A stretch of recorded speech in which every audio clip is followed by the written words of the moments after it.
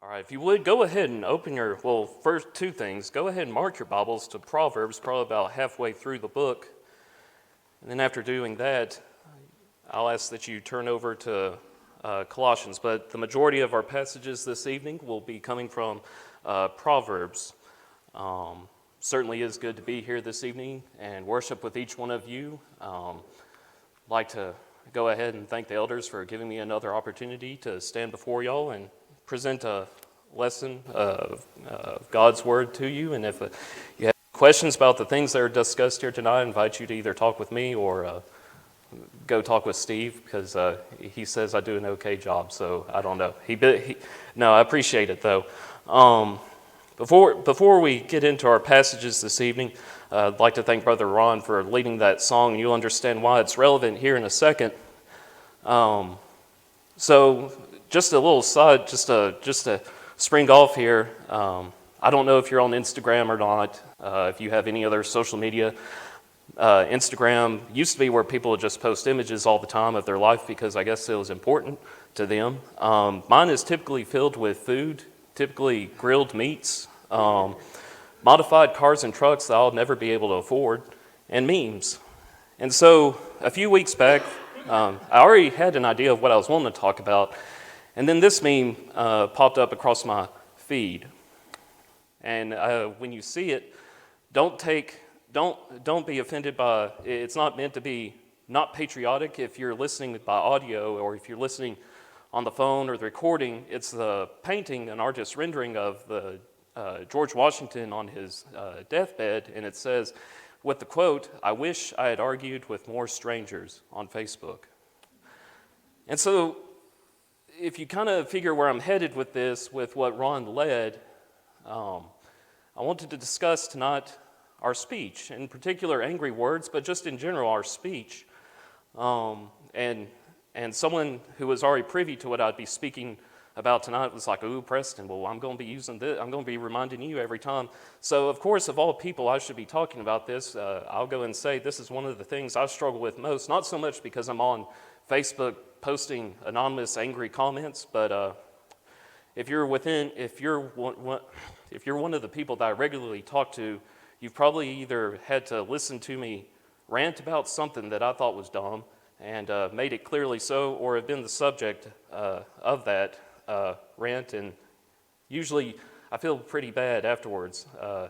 And that's really what I'm trying to tackle tonight. So if anything, none of this will be new to any of you, but this has been a study for me to reinforce my behavior and just some thoughts before we run along with our speech. So the title of tonight's lesson, and the guys in the back can shorten it, is Angry Words and How Not to Use Them, but to Love One Another. And so when I mentioned that to Ron, he automatically ran to, that was the song I was thinking of, number 394. And so think about those words next time you sing it. We'll begin over here in, I guess the 4 points I want to talk about tonight would be the power of our speech and the need to bridle the tongue. Again, none of this is new. The dangers of using our speech for bad or ill will. The power of our speech to do good, and sometimes just to not use them at all. Believe it or not, sometimes the best thing to do is to not say anything. Weird, I know. And we'll close out with the challenge to love one another.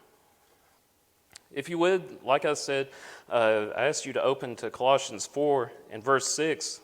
Paul's, as he closes out the book, his letter to the Colossians, he says, "Let your speech always be gracious, seasoned with salt, so that you may know how you ought to answer each person."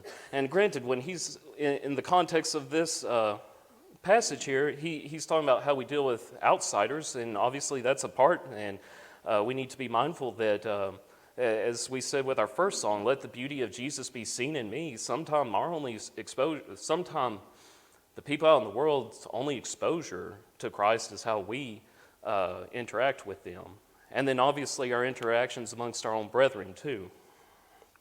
So obviously, we'll first start off with the power of our speech and the need to bridle the tongue. We know, like I said, none of these passages are anything that you're not familiar with. We know that the tongue is powerful and difficult to control. James chapter 3, if you would, turn over there with me. James chapter 3. in verses 2 through 5. And there will be quite a few passages here. I appreciate it if you turn along with me, but you certainly can just listen along as well. Everything will be from the English Standard Version tonight. Beginning in verse 2, it says, "For we all stumble in many ways. If anyone does not stumble in what he says, he is a perfect man, able also to bridle his whole body.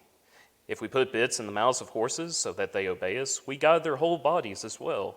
Look at the ships also.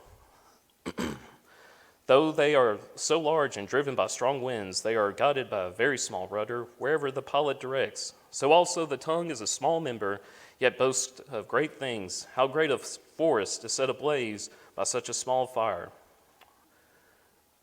Hopefully you are all strangers to this, but I know I've had instances where I have said things, and maybe it's because I committed to what I said, so I'd let the sentence keep on running. But have you ever spoken to somebody and maybe it started out as a little joke, and then you almost see it in their eyes, the e-brake signal? You might know what I'm talking about, like, oh. And then after you said, you're like, yeah, I went too far on that. I think about, and then also with the power of social media now, the things that you post on Facebook or wherever you want to put your comments, that's there. That's there for forever. Well, until internet goes away or who knows what. But you have a history that follows you, and so we need to be mindful of that and how quickly information can spread now. It used to be just by word. Word could travel quickly just by word of mouth, but now we have a whole nother avenue with technology. We need to be cautious about that. Another passage, Matthew chapter 12, verses 34 through 35.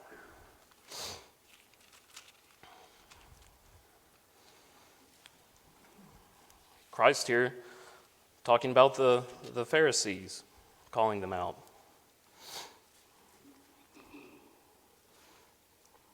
(34 through 35) says, "You brood of vipers, how can you speak good and when you are evil? Let me try that again. You brood of vipers, how can you speak good when you are evil?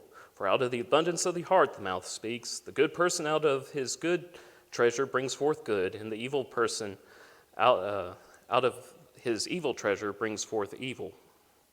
And so oftentimes when emotions are raised, how we really feel, it comes out, and it comes out quick, and we need to be mindful of our delivery and our tone, but then also just what we're saying in general. We know that the tongue has the power both to do good and evil. And that second verse there, it shouldn't be Proverbs 21:23. It should be Proverbs 15:2. I'll just go ahead and read all four verses here. Back in Proverbs chapter 15. It says, begin verse 1.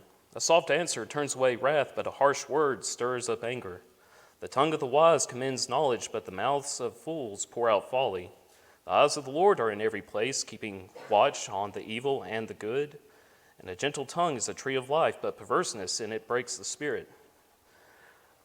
I think the one that really strikes me here is 15 and verse 1. How many times when you're kind of in a discussion, maybe things are getting a little heated, and you decide you'll respond back in kind, and next thing you know, they respond back in kind, and it just continues to escalate until... I don't think I've never been in a shouting match before, but crosswords have been exchanged, and it gets heated. What benefit is that? What was that doing to help anyone? And we need to be mindful of how we respond. And I'm not saying to back down, not so much back down from a fight, but be firm in your stance. But there are good ways to do things, and then there are less good ways to do things. And we need to be mindful of that. And so now I'll start off with the negative points. There's only a few here. The first one is we need to be mindful that we will be judged by our words. That same passage that I had you at in Matthew chapter 12, verses 36 through 37, "The good person out of his good treasure brings forth good, and the evil person out of his evil treasure brings forth evil. I tell you, on that day of judgment, people will give account for every careless word they speak. For by your words you will be justified, and by your words you will be condemned. And that's sobering, brethren. I don't want to say a scary thing because we don't want it to shut us down, but it should be something we be mindful of as if we find ourselves in a reckless situation or an exchange that's getting heated. We need to be, because we can't always, it can be said and we can seek forgiveness later, but it's not something that we can easily just take back once it's out. Well, there we go. And we also run the risk of defiling ourselves in our friendships. Back over in James chapter 3 again.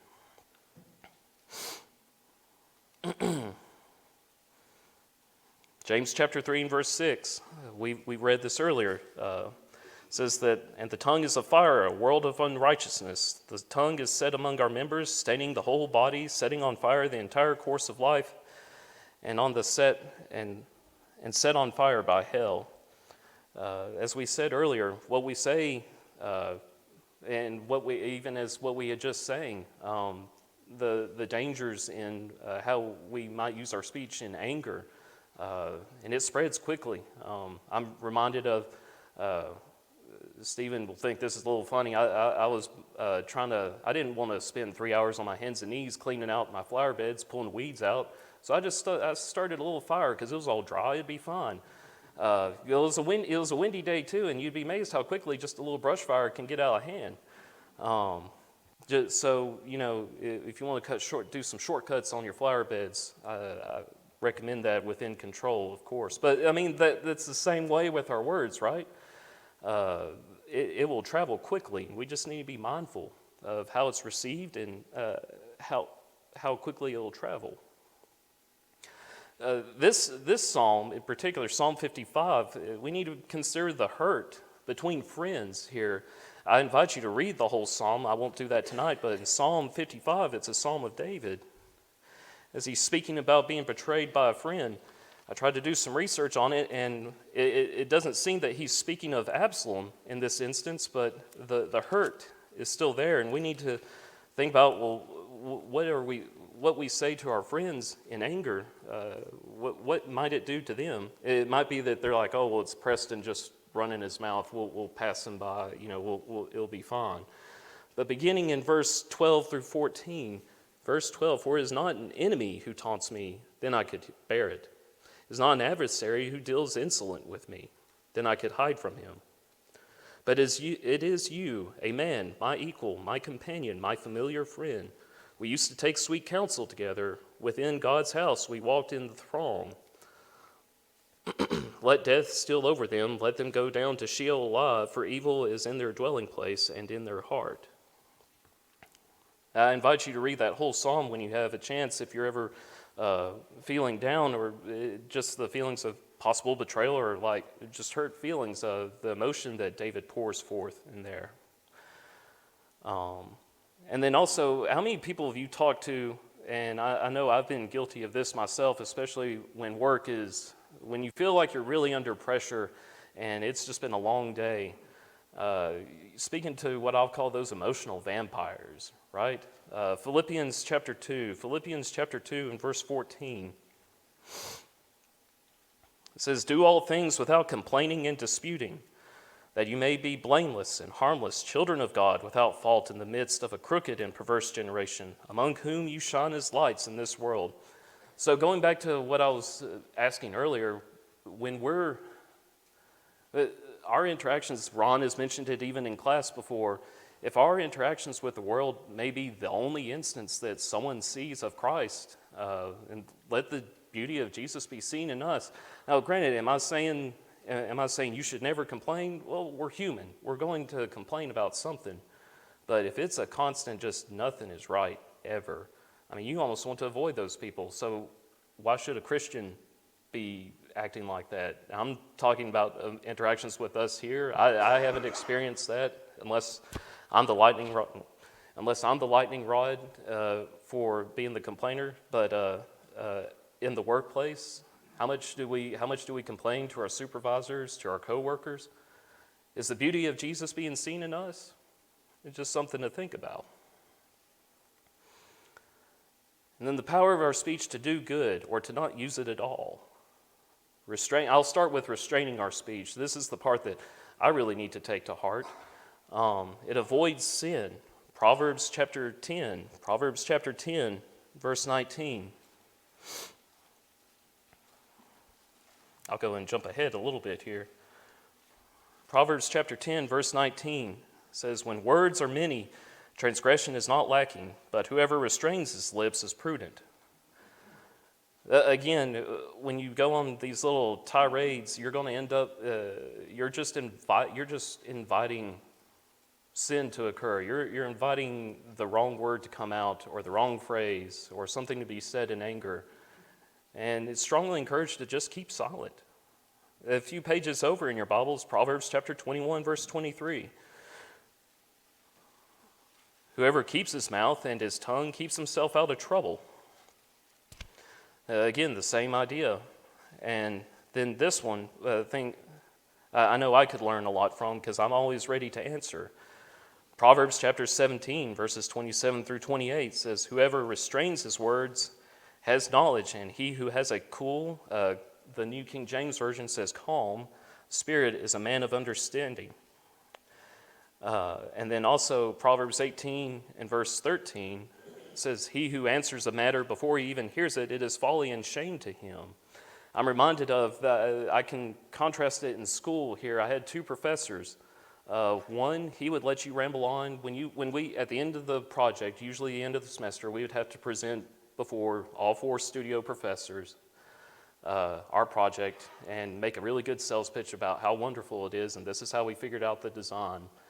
I had one professor who would interject about every couple sentences. Well, why'd you do this? Why'd you do that?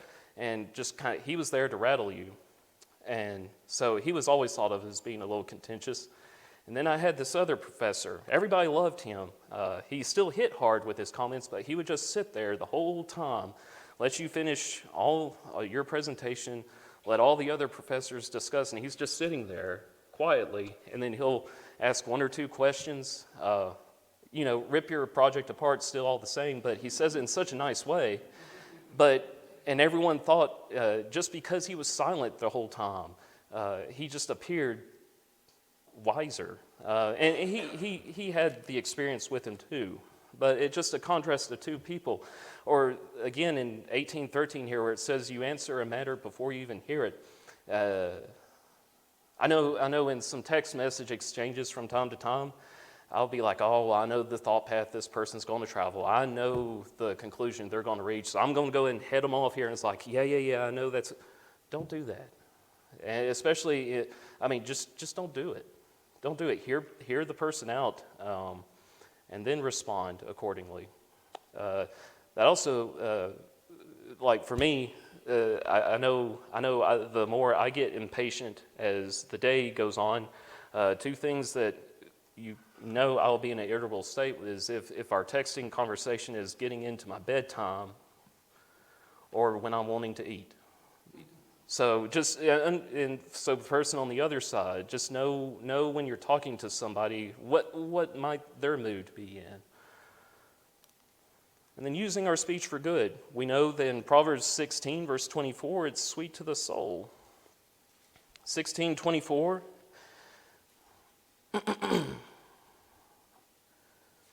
I've done lost my place. 16:24, it says, gracious words are like a honeycomb, sweetness to the soul and health to the body. There's this one guy in the gym that he's just as nice as can be. He's as fit. He's built like I want to be like he is when he's 60 years old.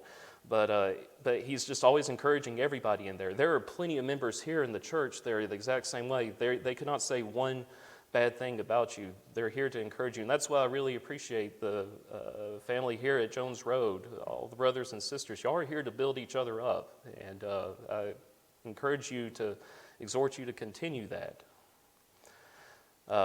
We know that our speech can help form and strengthen those friendships that we develop. And I'll go and point through it, make sure I'm not going too far. Okay, good deal. Make sure I don't pass through all the points. But Proverbs chapter 27, verse 9. Proverbs 27, verse 9.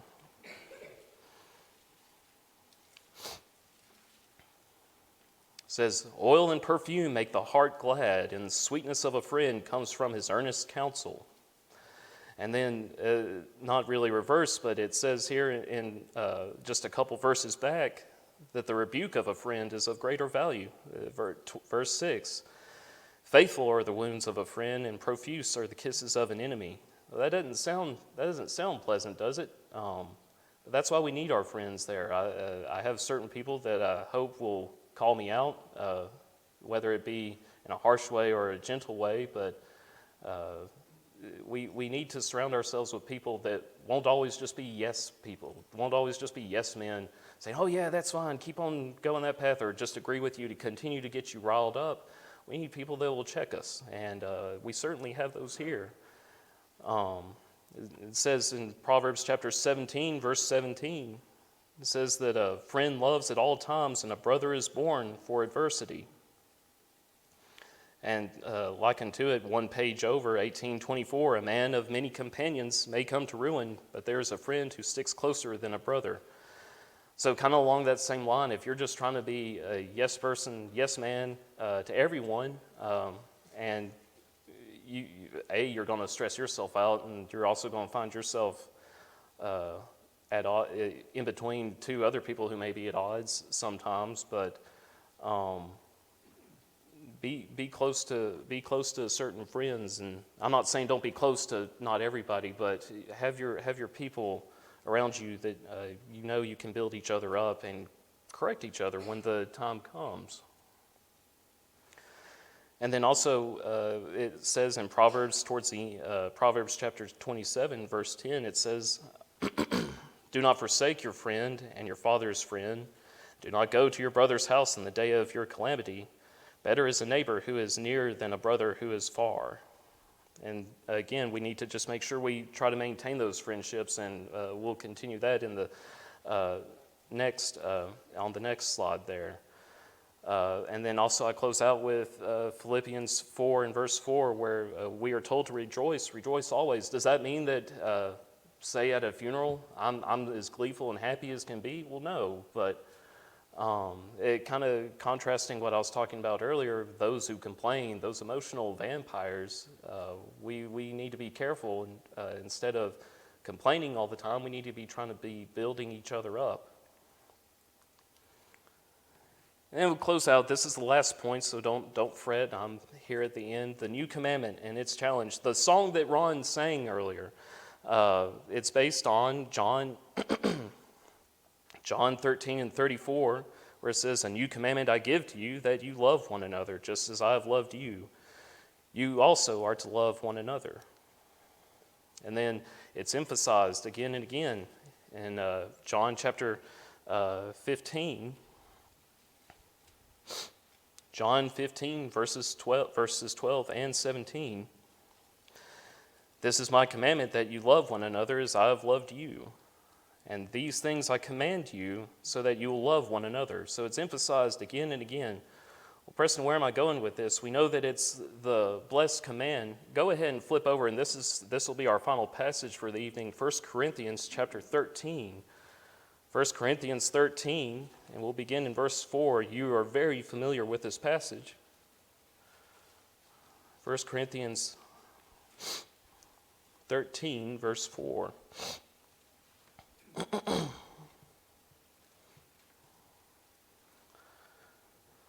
Love is patient and kind. Love does not envy or boast. It is not arrogant or rude. So this would be someone who's on the delivery side, not the receiving end is how I'm trying to frame this. We don't go around, except for the patient and kind. Patient and kind would be someone who's receiving, and like I said, that's something I could definitely learn from. But in our speech, when we're talking with our brethren or those outside, are we running around either boasting about X, Y, and Z, or whatever we've done, what we have in our possessions, almost in a haughty way?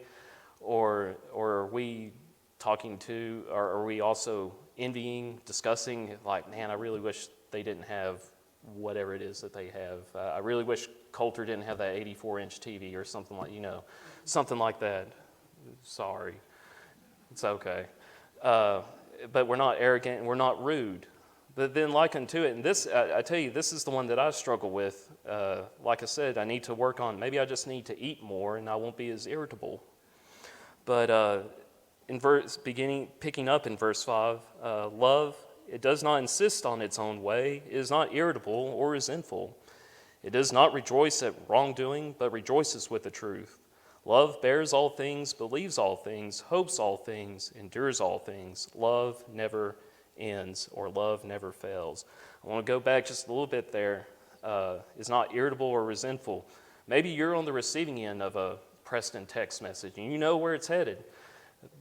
Do you maybe you just let them maybe you just let it slide for the evening? Don't respond in kind, or you don't escalate the situation. Maybe let the conversation ride a little bit. But that ties in with that bears all things and the hopes all things. When somebody says something, maybe it sounds a little amiss, we need to be hoping for that. We need to be looking at our brothers and sisters in the best light, and then what they said, they meant it in the best way. Maybe you can ask them later on the side, well, what did you really mean by whatever they said? But we need to be always thinking of our brothers and sisters in the best light. And then just to close out, and like I said, this is a challenge to love one another. We're not always the most pleasant towards each other or just the best moods ever. But it says that if we love one another, love will never fail.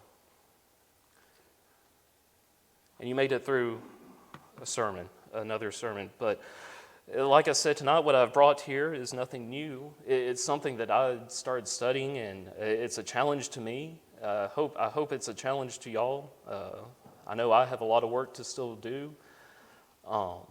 We haven't really talked about the plan of salvation tonight, but we did mention that we need to love one another as Christ had loved us. Well, what better example do we have than than the Son of God who came down on this earth? Didn't have to, but because God loved us, because Christ loved us, while we hated him, he died for our sins, and we now have that opportunity. If you're subject to the invitation in any way, can I not plead with you? Can I not invite you to come forward now as we stand and sing?